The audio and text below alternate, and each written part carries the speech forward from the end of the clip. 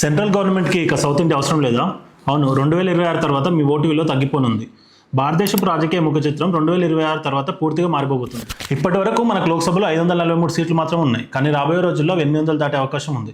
కానీ ఈ సీట్ల పెంపుదల ఇప్పుడు ఉత్తరాది మరియు దక్షిణాది రాష్ట్రాల మధ్య ఒక పెద్ద యుద్ధానికి దారితీస్తుంది. జనాభా పెరిగిన ఉత్తరాదికి ఎక్కువ సీట్లు వస్తాయా? జనాభా నియంత్రించిన దక్షిణాదికి అన్యాయం జరుగుతుందా? అసలు ఈ డీలిమిటేషన్ అంటే ఏంటి? మన రాజ్యాంగం ప్రకారం ప్రతి 10 ఏళ్లకు ఒకసారి జరిగే జనగణన ఆధారంగా లోక్సభ నియోజకవర్గాలను పునర్విభజించాలి. కానీ 1976లో ఇందిరాగాంధీ ప్రభుత్వం ఒక కీలక నిర్ణయం తీసుకుంది. జనాభా నియంత్రణ పాటించే రాష్ట్రాలకు సీటు తగ్గిపోకూడదనే ఉద్దేశంతో 1971 జనాభా లెక్కల ఆధారంగా సీట్లను 2001 వరకు ఫ్రీజ్ చేశారు. ఆ తర్వాత వాజ్పేయి గారి ప్రభుత్వం దీన్ని మరో 25 ఏళ్ళు అంటే 2026 వరకు పొడిగించింది. ఇప్పుడు ఈ 2026 సంవత్సరంలో ఆ గడువు ముగియబోతుంది.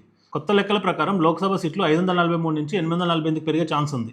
ఇందులో ఉత్తరప్రదేశ్ 80 నుంచి ఏకంగా 143 సీట్లు, బీహార్ 40 నుంచి 79 సీట్లు, అదే కేరళను తీసుకుంటే ఉన్న 20 సీట్లు పెరగకపోగా 19కి తగ్గిపోయే ప్రమాదం ఉంది. ఫ్యామిలీ ప్లానింగ్ పక్కాగా పాటించి జనాభాను తగ్గించిన కేరళ, తమిళనాడు రాష్ట్రాల్లో సీట్లు పెరగకపోగా దేశ సగటుతో పోలిస్తే వాటి ప్రాతినిధ్యం తగ్గిపోయే అవకాశం కూడా ఉంది. దీనివల్ల కేంద్ర ప్రభుత్వ నిర్ణయాల్లో దక్షిణాది రాష్ట్రాల గొంతు నొక్కేసినట్లు అవుతుందనే ఇక్కడ నాయకుల ఆందోళన. ఇది కేవలం రాజకీయ సీట్ల గొడవ మాత్రమే కాదు, ఎకానమిక్ ఇష్యూ కూడా.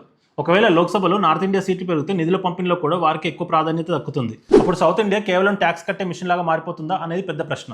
అభివృద్ధి చెందిన రాష్ట్రాలకు పర్ఫార్మెన్స్కి పనిష్మెంట్ ఇవ్వడం ఎంతవరకు న్యాయం? ప్రజాస్వామ్యంలో జనాభా ప్రాతిపదికన సీట్లు పెరగడం సహజమే, కానీ దేశాభివృద్ధిలో కీలక పాత్ర పోషిస్తున్న దక్షిణాది రాష్ట్రాల హక్కులను కాపాడాల్సిన బాధ్యత కేంద్రంపై ఉంది. సీట్ల సంఖ్య పెంచిన రాష్ట్రాల మధ్య బ్యాలెన్స్ దెబ్బతినకుండా కొత్త ఫార్ములా తీసుకురావాలి. దేశం అంటే కేవలం నెంబర్లు కాదు, అన్ని ప్రాంతాల సమాన అభివృద్ధి. దీనిపై మీ అభిప్రాయం ఏంటో ఈ వీడియో కింద కామెంట్ చేయండి.